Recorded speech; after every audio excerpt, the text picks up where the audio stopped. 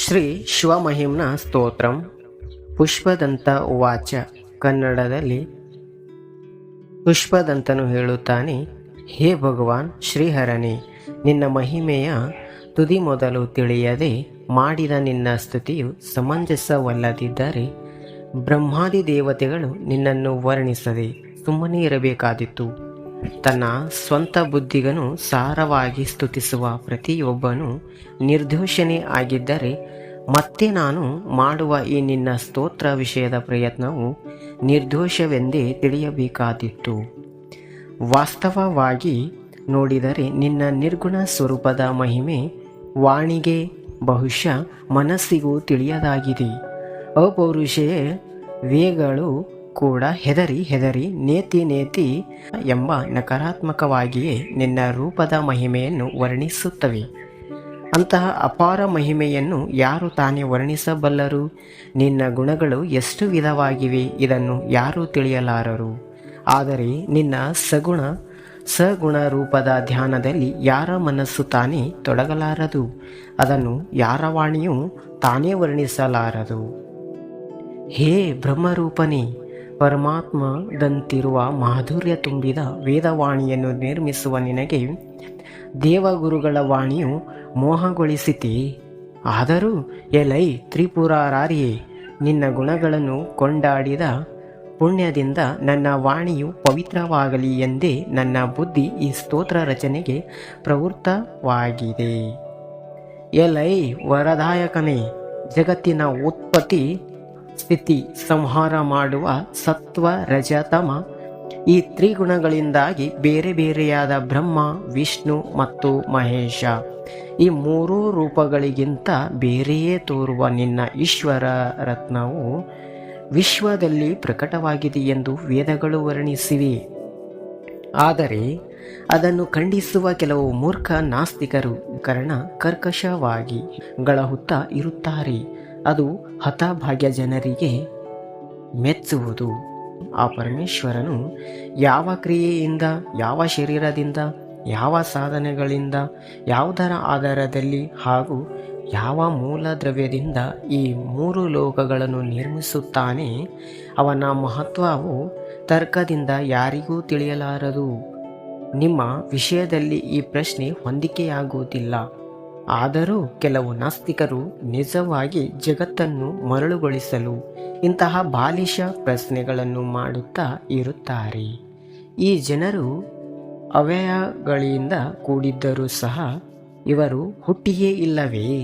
ಅದು ವಿಶ್ವದ ಉತ್ಪತ್ತಿ ಕರ್ತನಲ್ಲದೆ ಹೇಗಾಗಬಲ್ಲುದು? ಈಶ್ವರನಿಲ್ಲದೆ ಬೇರೆ ಯಾರೋ ನಿರ್ಮಾತೃ ಇದ್ದರೆ ಈ ವಿಶ್ವವನ್ನು ನಿರ್ಮಿಸಲು ಅವನ ಬಳಿ ಯಾವ ಸಾಮಗ್ರಿ ಇದೆ? ಎಲೈ ದೇವಾದಿದೇವನೇ, ಈ ಜನರು ನಿನ್ನ ವಿಶ್ವ ನಿರ್ಮಿತಿಯ ಕುರಿತು ಸಂಶಯ ಪಡುವರು, ಏಕೆಂದರೆ ಅವರು ಮಂದಬುದ್ಧಿಯವರಾಗಿದ್ದಾರಲ್ಲ. ಮೂರು ವೇದಗಳು, ಸಾಂಖ್ಯಶಾಸ್ತ್ರ, ಯೋಗಶಾಸ್ತ್ರ, ಶೈವ ಮತ, ಪಂಚರಾತ್ರ ಮೊದಲಾದ ಬೇರೆ ಬೇರೆ ಶಾಸ್ತ್ರಗಳ ವಿಷಯದಲ್ಲಿ ಇದೇ ಶ್ರೇಷ್ಠವಾಗಿದೆ, ಇದೇ ಹಿತಕರವಾಗಿದೆ ಎಂಬ ಮತಭಿನ್ನತೆ ಮನುಷ್ಯರಲ್ಲಿ ಕಂಡುಬರುತ್ತದೆ. ಏಕೆಂದರೆ ಪ್ರತಿಯೊಬ್ಬ ಇಷ್ಟ ಬೇರೆ ಬೇರೆಯಾಗಿರುತ್ತದೆ. ಅದರಿಂದಾಗಿ ಒಳ್ಳೆಯ ಸಾಮಾನ್ಯ ಯಾವುದೇ ಮಾರ್ಗದಿಂದ ನಿನ್ನ ಉಪಾಸನೆ ಮಾಡಿದರೂ ಅವರಿಗೆ ಸಿಗುವುದು ಮಾತ್ರ ನೀನೇ ಆಗಿರುವೆ. ಎಲ್ಲ ಕಡೆಯ ನೀರು ಕೊನೆಗೆ ಸಾಗರಕ್ಕೆ ಸೇರುವುದು ತಾನೆ. ಹೇ ವರದ ನಾಯಕನೇ, ದೊಡ್ಡ ನಂದಿ, ಖಟ್ವಾಂಗ ಮತ್ತು ಪರಶು ಈ ಆಯುಧಗಳು, ವ್ಯಾಘ್ರಜೀನ, ಭಸ್ಮ, ಸರ್ಪ ಹಾಗೂ ಕಪಾಲ ಇಷ್ಟೇ ಸಾಧನ ಸಾಮಗ್ರಿ ನಿನ್ನ ಬಳಿ ಇರುವುದು. ಆದರೆ ನಿನ್ನ ಕೃಪಾ ಕಟಾಕ್ಷದಿಂದ ದೊರೆತ ಬೇರೆ ಬೇರೆ ವಿಧದ ವೈಭವಗಳನ್ನು ದೇವತೆಗಳು ಅನುಭವಿಸುತ್ತಾರೆ. ಏಕೆಂದರೆ ಆತ್ಮಾನಂದದಲ್ಲಿ ರಮಿಸುವವರನ್ನು ವಿಷಯ ಮರೀಚಿಕೆಯು ಮೋಹಿಸಲಾರದು. ಎಲೈ ತ್ರಿಪುರನಾಶನ, ಈ ವಿಶ್ವವು ಅವಿನಾಶವಾಗಿದೆ ಎಂದು ಕೆಲವರು ಹೇಳುತ್ತಾರೆ. ಕೆಲವರು ಕ್ಷಣಭಂಗೂರವೆಂದು ಹೇಳುವರು. ಇನ್ನು ಕೆಲವರು ಜಗತ್ತಿನಲ್ಲಿ ಕೆಲವು ಪದಾರ್ಥಗಳು ಅವಿನಾಶಿ ಹಾಗೂ ಕೆಲವು ಪದಾರ್ಥಗಳು ವಿನಾಶಿಗಳೆಂದು ಹೇಳುತ್ತಾರೆ. ಇಂತಹ ಸ್ಥಿತಿಯಲ್ಲಿ ಆ ಎಲ್ಲ ಮತಾಂತರಗಳ ಕುರಿತು ವಿಸ್ಮಿತನಾಗಿ ನಾನು ನಿನ್ನ ಸ್ತುತಿಯನ್ನು ಮಾಡಲು ನಾಚುವುದಿಲ್ಲ. ತಾತ್ಪರ್ಯ: ಬಡಬಡಿಸುವುದಕ್ಕೂ ಧೈರ್ಯ ಇರಬೇಕಾದದ್ದು ಸತ್ಯ. ಮೇಲಿನ ವಿದ್ವಾಂಸರ ಮತಗಳಿರಲಿ, ನನ್ನ ಸ್ತುತಿ ಇರಲಿ, ಪರಬ್ರಹ್ಮ ಸ್ವರೂಪನಾದ ನಿನ್ನ ದೃಷ್ಟಿಯಿಂದ ಇದು ವಾಚಾಳಿತನವೇ ಅಲ್ಲವೇ? ಎಲೈ ವಾಣಿಯ ಅಧಿಪತಿಯೇ, ಅಗ್ನಿಯಂತಹ ತೇಜಸ್ವಿ ಮೂರ್ತಿಯನ್ನು ಧರಿಸುವ ನಿನ್ನ ಮಹಿಮೆಯ ತುದಿ ಬುಡ ತಿಳಿಯಲು ಬ್ರಹ್ಮದೇವರು ಮೇಲೆ ಸತ್ಯಲೋಕದವರೆಗೆ ಹಾಗೂ ಶ್ರೀಹರಿಯು ಕೆಳಗೆ ಪಾತಾಳದವರೆಗೆ ಪ್ರಯತ್ನಪೂರ್ವಕ ಹೋದರು. ಆದರೆ ನಿನ್ನ ಮಹಿಮೆಯ ಅಂತ್ಯವನ್ನು ಅವರು ತಿಳಿಯದೆ ಹೋದರು. ಬಳಿಕ ಅತ್ಯಂತ ಶ್ರದ್ಧೆಯಿಂದ ಅವರು ನಿನ್ನನ್ನು ಸ್ತುತಿಸಿದಾಗ ನೀನು ತನ್ನಿಚ್ಛೆಯಿಂದ ಅವರ ಎದುರಿಗೆ ಕಾಣಿಸಿಕೊಂಡೆ. ನಿಜವಾಗಿಯೂ ನಿನ್ನ ಸೇವೆ ಯಾವ ಫಲವನ್ನು ತಾನೇ ಕೊಡಲಾರದು. ಭಕ್ತಿಯಿಂದ ನೀನು ಸ್ವತಃ ಭಕ್ತಾಧೀನನಾಗಿರುವುದು ನಿಜವೇ ತಾನೇ. ಎಲೈ ತ್ರಿಪುರಾಂತಕ, ರಾವಣನಿಗೆ ಯುದ್ಧದ ತುರಿಕೆ ಇದ್ದರೂ ಆಯಾಸವಿಲ್ಲದೆ ಶತ್ರುರಹಿತ 3 ಲೋಕಗಳ ಸಾಮ್ರಾಜ್ಯವು ದೊರೆಯಿತು. ಅವನು ಸ್ವಂತ ತನ್ನ ಶಿರಕಮಲಗಳನ್ನು ನಿನ್ನ ಚರಣಕಮಲಗಳಲ್ಲಿ ಅರ್ಪಿಸಿ ಮಾಡಿದ ದೃಢಭಕ್ತಿಯ ಪ್ರಭಾವವೇ ಇದಾಗಿದೆ. ನಿನ್ನ ಸೇವೆಯಿಂದ ದೊರೆತ ಬಾಹುಶಕ್ತಿಯನ್ನು ನಿನ್ನ ವಾಸಸ್ಥಾನವಾದ ಕೈಲಾಸವನ್ನೇ ಕಿತ್ತು ಬಲವಂತವಾಗಿ ಲಂಕೆಗೆ ಎತ್ತಿಕೊಂಡು ಹೋಗಲು ಉಪಯೋಗಿಸಲು ತೊಡಗಿದಾಗ ನೀನು ಹೆಬ್ಬೆರಳ ತುದಿಯಿಂದ ಪರ್ವತವನ್ನು ಸ್ವಲ್ಪ ಅದುಮಿದಾಗ ಅದರ ಕೆಳಗೆ ಸಿಕ್ಕಿ ಹಾಕಿಕೊಂಡ ರಾವಣನಿಗೆ ಪಾತಾಳದಲ್ಲಿಯೂ ನಿಂತುಕೊಳ್ಳಲು ಕಷ್ಟವಾಯಿತು. ದುಷ್ಟರಿಗೆ ಐಶ್ವರ್ಯ ಬಂದರೆ ಅಹಂಕಾರ ಬರುವುದು ನಿಜ ತಾನೇ. ಎಲೈ ವರದ ನಾಯಕನೇ, ಬಾಣಾಸುರನು 3 ಲೋಕಗಳನ್ನು ಪಾದಾಕ್ರಾಂತವಾಗಿಸಿದನು. ಇಂದ್ರನ ಸರ್ವೋಚ್ಚ ಸಂಪತ್ತನ್ನು ತನ್ನ ಸಂಪತ್ತಿನ ಮುಂದೆ ತುಚ್ಛವಾಗಿಸಿದನು. ಇದೆಲ್ಲ ನಿನ್ನ ಚರಣಗಳನ್ನು ಪೂಜಿಸಿದವರ ಕುರಿತು ದೊಡ್ಡ ಆಶ್ಚರ್ಯಕರವಲ್ಲ, ಏಕೆಂದರೆ ನಿನ್ನ ಚರಣಗಳಲ್ಲಿ ಶಿರಭಾಗುವವರ ಉನ್ನತಿಯು ಆಗದೇ ಇರುವುದೇ. ಎಲೈ ತ್ರಿನೇತ್ರಧಾರಿಯೇ, ಸಮುದ್ರ ಮಂಥನದ ಸಮಯ ಉತ್ಪನ್ನವಾದ ಕಾಲಕೂಟ ವಿಷದಿಂದ ಅಕಸ್ಮಾತ್ತಾಗಿ ಬ್ರಹ್ಮಾಂಡ ನಾಶವೇ ಆಗುವುದು ಎಂದು ಭಯಗೊಂಡ ದೇವ ದಾನವರ ಮೇಲೆ ಕೃಪೆಯನ್ನು ಮಾಡಲು ಆ ವಿಷವನ್ನು ನೀನು ಕುಡಿದು ಬಿಟ್ಟೆ. ಅದರಿಂದಾಗಿ ನಿನ್ನ ಕೊರಳು ನೀಲವಾಯಿತು. ಗೌರವ ವರ್ಣ ಉಳ್ಳ ನಿನಗೆ ಅದು ಶೋಭಿಸುವುದಿಲ್ಲ ಎಂದೇನಿಲ್ಲ, ಭೂಷಣವೇ ಆಯಿತು.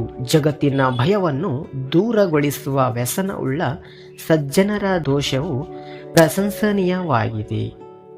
ಎಲೈ ಈಶ್ವರನೇ, ಜಗತ್ತಿನಲ್ಲಿ ದೇವತೆಗಳಿರಲಿ, ರಾಕ್ಷಸರೇ ಇರಲಿ, ಮನುಷ್ಯರಿರಲಿ, ಯಾರ ಮೇಲೆಯೂ ಎಲ್ಲೆಡೆ ವಿಜಯವನ್ನು ಪಡೆಯುವ ಮದನನ ಬಾಣಗಳು ಎಂದೂ ನಿಷ್ಫಲವಾಗಿಲ್ಲ.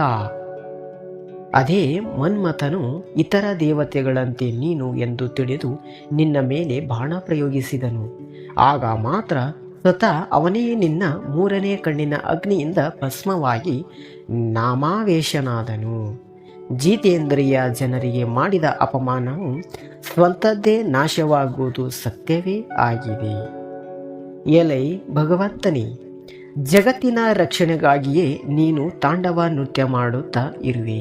ಆದರೆ ಆ ನೃತ್ಯದ ಸಮಯದಲ್ಲಿ ನೆಲದ ಮೇಲೆ ಕಾಲನ್ನು ಅಪ್ಪಳಿಸುವಾಗ ನಾನು ಪಾತಾಳಕ್ಕೆ ಹೋದೇನೋ ಎಂಬ ಸಂಶಯದಿಂದ ಪೃಥ್ವಿಯು ಒಂದೇ ರೀತಿ ನಡುಗತೊಡಗುತ್ತದೆ. ಅಭಿನಯದ ಸಮಯ ಪುಷ್ಪವಾದ ಕೈಗಳು ತಿರುಗಿಸುವುದರಿಂದ ಆಕಾಶದಲ್ಲಿರುವ ನಕ್ಷತ್ರಗಳು ಚೆಲ್ಲಾಪಿಲ್ಲಿಯಾಗಿ ಹೋಗುತ್ತವೆ ಹಾಗೂ ಕೆದರಿಕೊಂಡ ಜಟ್ಟೆಗಳನ್ನು ಅಲ್ಲಾಡುತ್ತಿರುವಾಗ ಸ್ವರ್ಗದ ದುರವಸ್ಥೆ ಏನಾಗುತ್ತದೋ ಕೇಳಲೇಬೇಡಿ.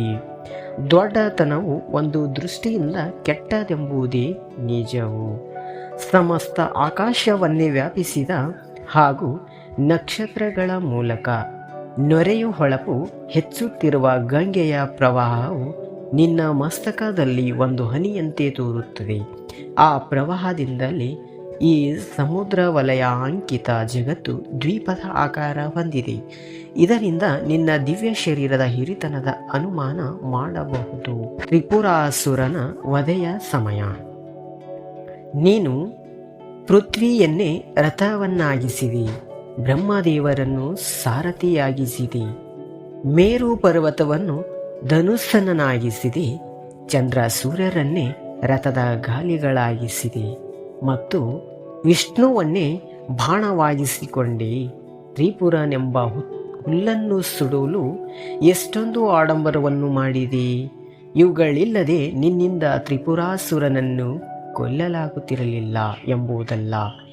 ನಿಜವಾಗಿಯೂ ಈಶ್ವರಿ ಸಂಕಲ್ಪ ಬೇರೆಯವರ ಮೇಲೆ ಅವಲಂಬಿಸಿರುವುದಿಲ್ಲ.